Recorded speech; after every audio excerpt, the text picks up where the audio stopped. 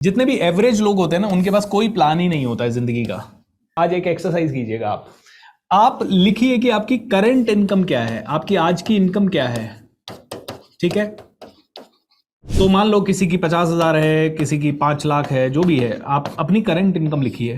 ठीक है, दूसरे कॉलम में आप लिखिए आपकी डिजायर्ड इनकम। डिजायर्ड इनकम मतलब कितना पैसा आपको कमाना है। मान लेते हैं आपको कमाना है 20 लाख रुपए पर मंथ या 2 लाख रुपए पर मंथ, जो भी है, रियलिस्टिक होना चाहिए। ठीक है, अब तीसरा प्लान, तीसरा कॉलम है आपके पास क्या एक्शन प्लान है यहां तक पहुंचने का। एंड आप में से 90% लोग कहेंगे ब्लैंक, कोई प्लान ही नहीं है। आपके पास कोई आइडिया है वहां तक पहुंचने का। आप में से 90% लोग कहेंगे नो आइडिया।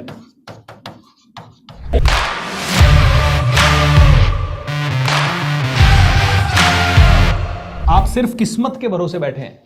आप सिर्फ एक चीज के भरोसे बैठे हैं, शायद मैं बहुत मेहनत करूंगा तो वहां पहुंच जाऊंगा, शायद मैं बीएसआर जो कह रहा है उसको सुन लूंगा तो पहुंच जाऊंगा, शायद मैं यूट्यूब पे इतने सारे जो ज्ञान बच रहे हैं, कैसे किसी ने करोड़ कमा लिया, तो मैं उनमें से कोई एक वीडियो देखूंगा, वो मेरे क्लिक कर जाएगा और मुझे भी, जैसे न्यूटन के ऊपर एप्पल गिरा और क्लिक कर गया ना उसको, वैसे ही हमारे भी क्लिक कर जाएगा।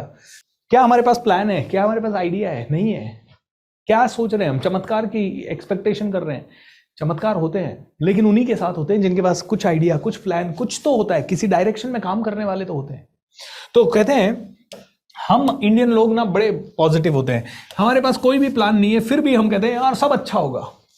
लेकिन ये जापानीज लोग है ना, इनके पास फुल प्रूफ प्लान होता है, हर चीज का प्लान होता है। मेरे एक फ्रेंड हिताची के बहुत बड़े एचआर मैनेजर थे, है शायद अभी भी यहाँ, और जब इंडिया में हिताची का प्लांट लगा तो उनको सबसे पहली हायरिंग उनकी हुई थी। तो प्लांट शुरू होना है मान लो 6 साल बाद, 8 साल बाद उनकी हायरिंग हो गई 8 साल पहले। एंड एक एक चीज इतनी प्लान्ड कि कोई गुंजाइश ही नहीं गलती का। इनके पास होता है plan A, plan B, plan C, और फिर एक backup and contingency plan, backup plan. ये सब होता है इनके पास। हमारे पास कोई प्लान नहीं है। द ओनली प्लान इज, हाँ, भगवान भरोसे। कोई प्लान नहीं है, फिर भी हम बड़े खुश हैं। We are talented people, we are genius people, we have no plans, but we still say कि मैं मिलियनेयर बनूंगा। आज मैं किसी से भी पूछूं ना 10 साल बाद कितना कमाओगे, $1 मिलियन, $10 मिलियन, 100 करोड़, 1000 करोड़, ऐसे अभी आप में से कई लोग लिख देंगे। Do you have a plan? नहीं है तो मैं आपके मुंह पे बोलूंगा आप कभी नहीं पहुंच सकते वहां, कभी नहीं पहुंच सकते। क्योंकि पीछे की हिस्ट्री देख लीजिए, 500,000 सालों से, 1000 साल, 500 साल, 1500 सालों की हिस्ट्री उठा के देख लीजिए कि कोई जो सोचता था मैं इतना बढ़ूं, क्या बढ़ पाया?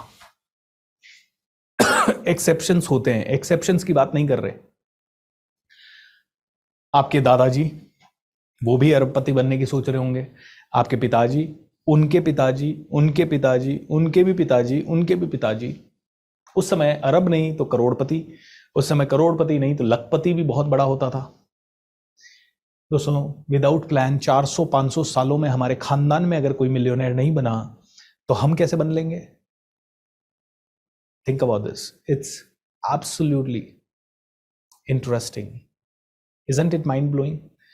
क्या ये आई ओपनिंग नहीं है? आई ओपनिंग नहीं है ये? शूट, आई ओपनिंग।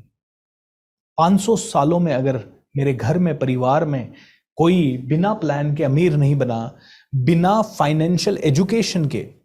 रॉबर्ट कियोसाकी कहते हैं विडंबना ये नहीं है कि आज पैसा कमाना मुश्किल है या आसान है, पैसा कमाना बहुत आसान है। विडंबना ये नहीं है कि पैसा कमाने के रास्ते नहीं है या अपॉर्चुनिटी नहीं है, पैसा कमाने के रास्ते भी हैं, अपॉर्चुनिटी भी नहीं है। What is missing is the financial education. Financial education सबसे बड़ी ताकत है। फाइनेंस आज की डेट में सबसे बड़ी ऊर्जाओं में से एक है, लेकिन इसके ऊपर एजुकेशन नहीं है। और कोई देवे तो कोई करना नहीं चाहता, क्योंकि सबको क्या चाहिए? फ्री। दिल्ली में जैसे सब कुछ फ्री बट रहा है ना, क्या इलेक्ट्रिसिटी, पानी, अनाज, वहां तक तो ठीक है, लेकिन उनसे जिंदगी चल सकती है, कभी भी बड़ी नहीं हो सकती। जिंदगी को बड़ी करनी है तो आपको सीखना होगा। You will have to have the plan. And विद्वान लोगों ने एक बहुत ही अच्छी चीज कही है, अपना दिमाग मत लगाओ। क्या? अपना दिमाग मत लगाओ। अगर क्रिकेट सीखना है तो उसके पास चले जाओ जो क्रिकेट सिखाता है। अगर पैसा बनाना सीखना है तो उसके पास चले जाओ जो पैसा बनाना सिखाता है। अगर हॉकी सीखनी है तो उनके पास चले जाओ जो हॉकी सिखाते हैं। अगर डांस सीखना है तो उसके पास चले जाओ जो डांस सिखाता है। अगर म्यूजिक सीखना है तो उनके पास चले जाओ जो म्यूजिक सिखाता है। अगर पॉलिटिशियन बनना है तो उनके बीच में शामिल हो जाओ, उन लोगों से मिलना शुरू कर दो जो पॉलिटिक्स के बारे में बात करते हैं और उसके बारे में सिखाते हैं। अपना दिमाग क्यों लगा रहे हो? मिलियनेयर बनना है और सोच रहे हो कि ऐसे ही बन जाओगे, एक वीडियो इसका देखा, एक इसका देखा। नहीं, एक कोच चुनना पड़ेगा डेडिकेटेड, और उसके साथ जुड़ना पड़ेगा 1 2 3 4 साल। आपको मेरी बात कड़वी लगेगी क्योंकि मैं खुद कोच हूं, राइट? लेकिन ये हकीकत है। इसके बिना आप बताओ किसने किया है? कोई ओलंपिक में गया है बिना कोच के? तो बताओ आज तक। गली में दौड़ने के लिए कोच की जरूरत नहीं है, प्लान कोच से ही आएगा।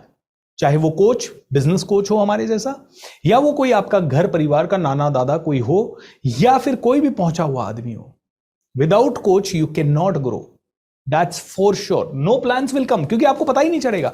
आपको कोई तो बताएगा। मुझे अंग्रेजी नहीं आती थी, किसी ने तो समझाया अंग्रेजी ऐसे प्रैक्टिस करते हैं, तो मुझे अंग्रेजी आई। मुझे पब्लिक स्पीकिंग नहीं आती, किसी ने बताया पब्लिक स्पीकिंग ऐसे करते हैं, तब पब्लिक स्पीकिंग आई। सेल्स नहीं आती थी, किसी ने बताया सेल्स ऐसे करते हैं, तब सेल्स आई। दोस्तों, this is how it is. ये कॉमन सेंस है।